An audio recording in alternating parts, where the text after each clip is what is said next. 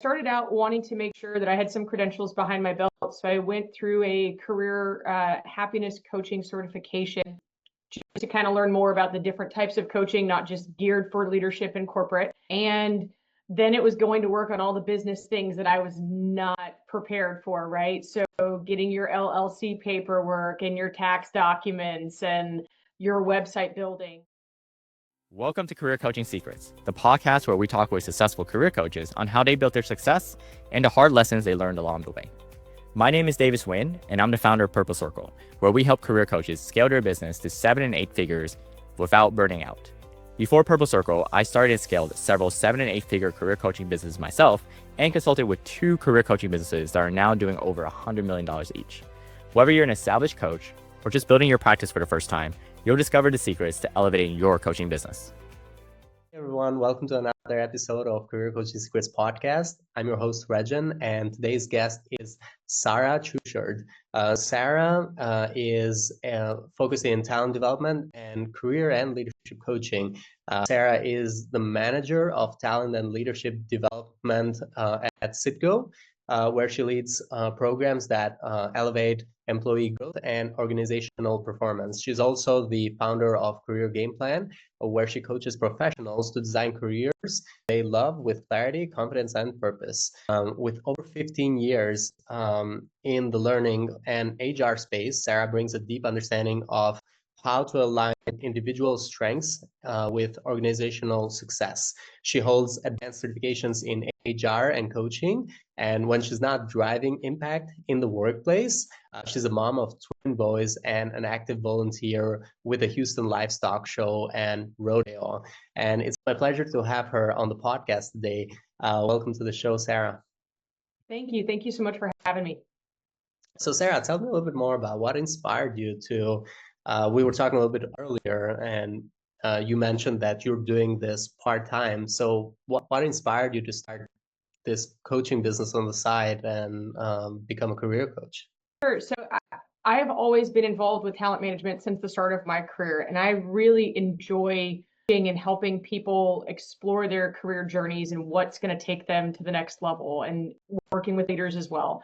And I had been doing that full time throughout my career, and then I took a pivot to explore full-time recruitment. And I really enjoyed full-time recruitment. It helped me to understand the beginning of the talent life cycle that I had not done previously, but I was missing that spark for coaching. I wasn't able to do that within my full-time recruitment. And so I said, well, why not start a coaching business on the side?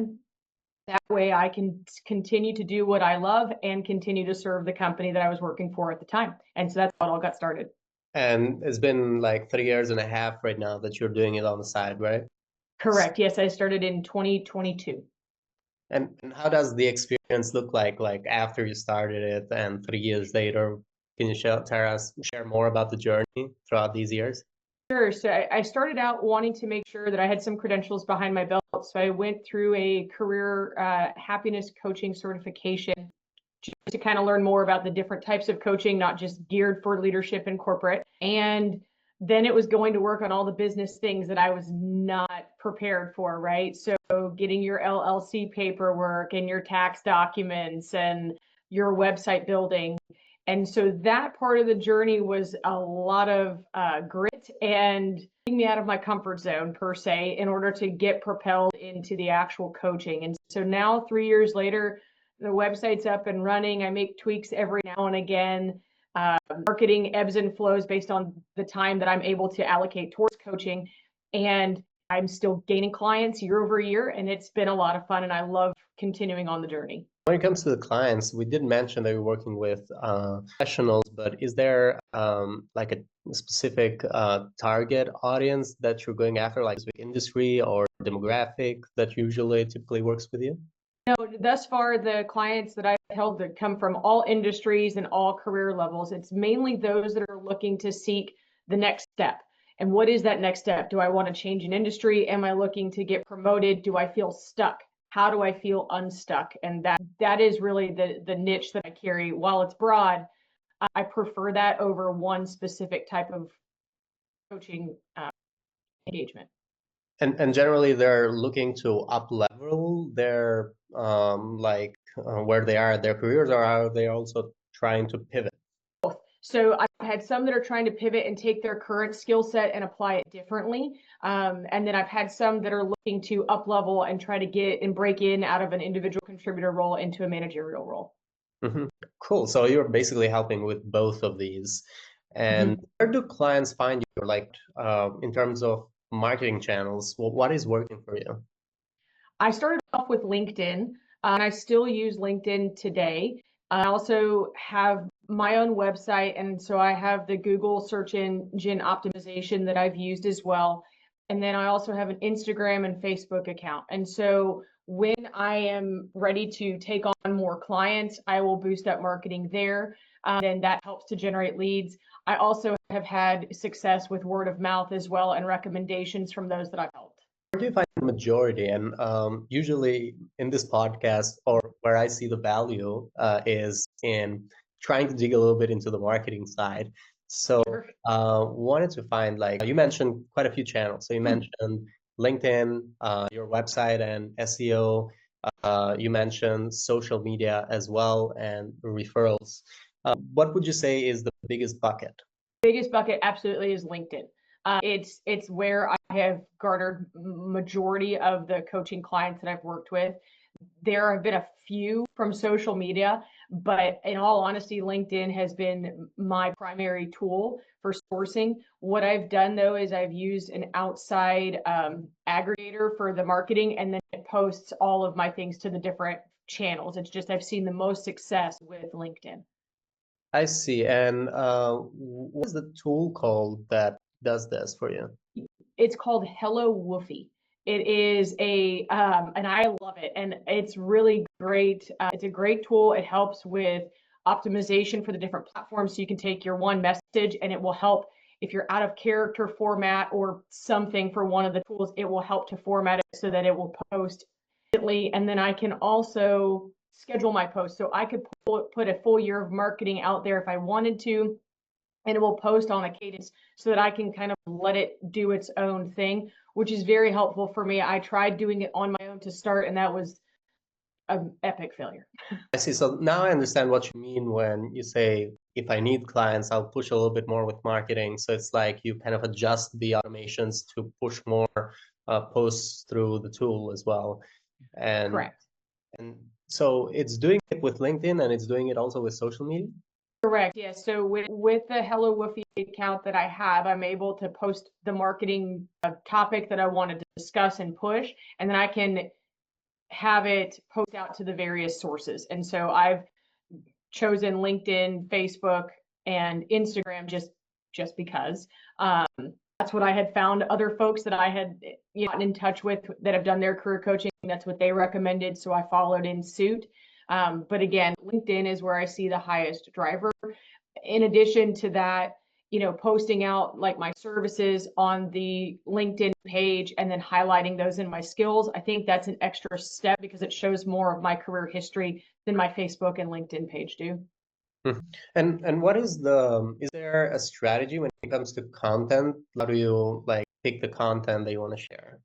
So I'm a very sports driven person, hence career game plan, right? And so I try to make sure that I keep it light and I don't keep it too formal. So anything that you see posted out for me generally has some type of sports reference tied to it. It doesn't mean that I need to work with former athletes by any stretch of the imagination. You just have to get used to the fact that I use a lot of sports references, and it's more geared towards what I'm seeing or what I'm hearing from peers and friends. And so whether it's, there's a down market, what do I do in times of flux? How do I best prepare myself for what the future holds in the economy?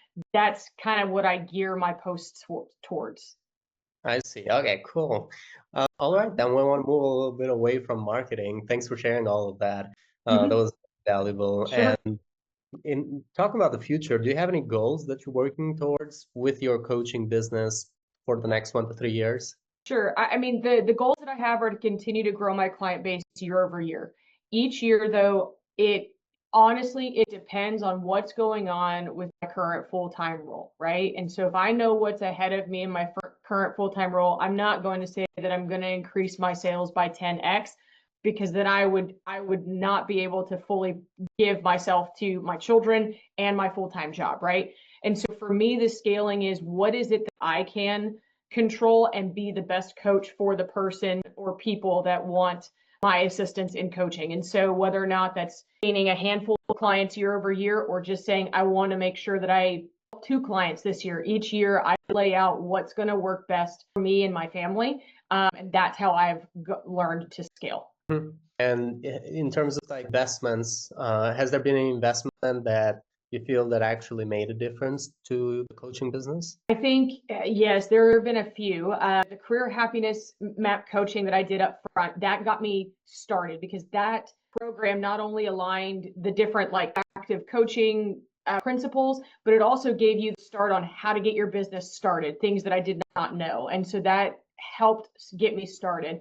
I've also gained certifications through Neuro Leadership Institute for brain-based coaching, which was absolutely exceptional. Highly recommend that program to those that want to coach. The brain-based concepts, they're you can transfer those skills whether or not you're coaching an adult or someone that's, bridging early career, taking it down to the child level if you needed to. Very good transferable skills.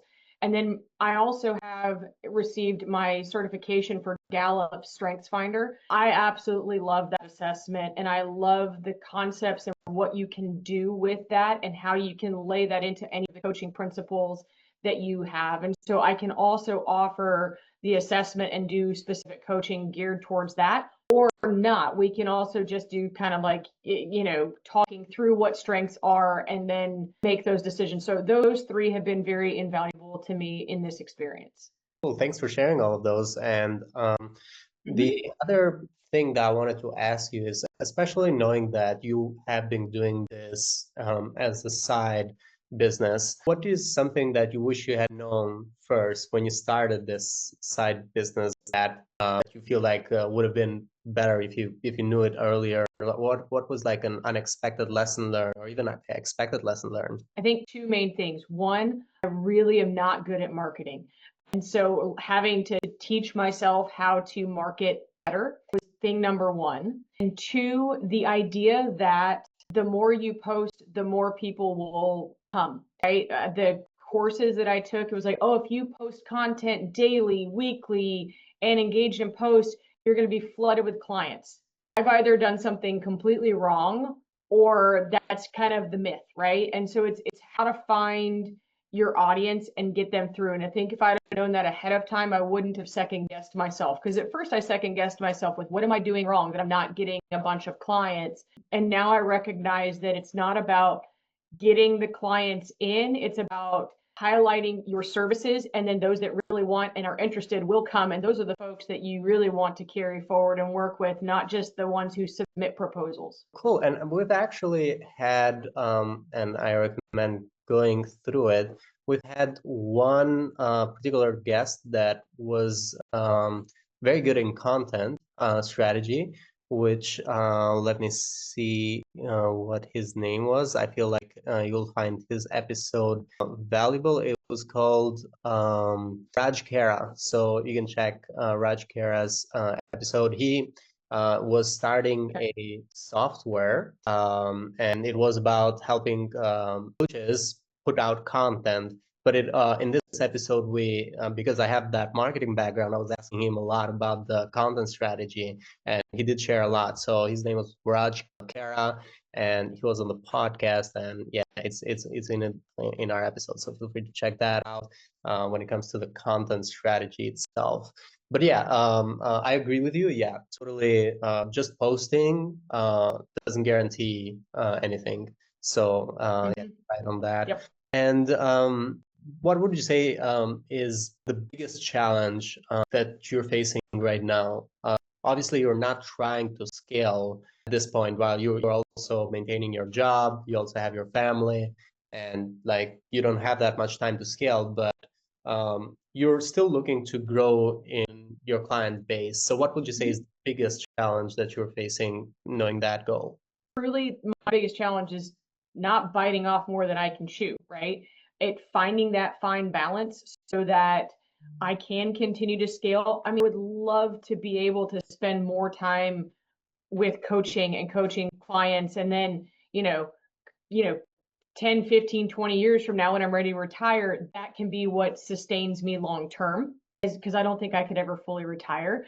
I would need something. And so that's the goal, is to continue to balance my full-time job, being a mom, and this in a way that's still meaningful. I think the day that I find that my services are not as meaningful as I intend them to be, that's when I need to look back and reflect on what I need to do next. I see. So, would you say that right now, growing your client base at the coaching business is not the highest priority? Is not the highest priority right now. And I also don't want to not accept clients. It's just a matter of how many do I know that I can comfortably coach at a quality level that I would feel comfortable with, versus just taking people in to say that I've grown the business. I see. Okay, cool. Yeah, the reason why I asked that is because I wanted to try and dig more into the challenge, maybe. But knowing that that is not like the biggest priority, it also means that like the challenge might not be as clear as Right. yeah. Cool. And thank you so much for everything today. Is there any final advice you'd like to give to other career coaches? And I would say other career coaches who are also doing a full-time job just like you, who are trying to maybe grow their audience, not particularly scale always. I mean, my biggest advice is to leverage your network. I have found more often than not that talking with the people that I've networked with in the past, whether it's current jobs, past jobs, and help getting the word out, has been helpful. And then also, just don't be afraid to put yourself out there. More often than not, you see, especially on LinkedIn, numerous calls to actions each day. Not everything has to be a call to action. If you simply just put out who you are, what you do, that will get noticed. And so don't be afraid if your content doesn't look like someone else's. The biggest hurdle is getting out of your own head and getting started. Thank you so much, Sarah.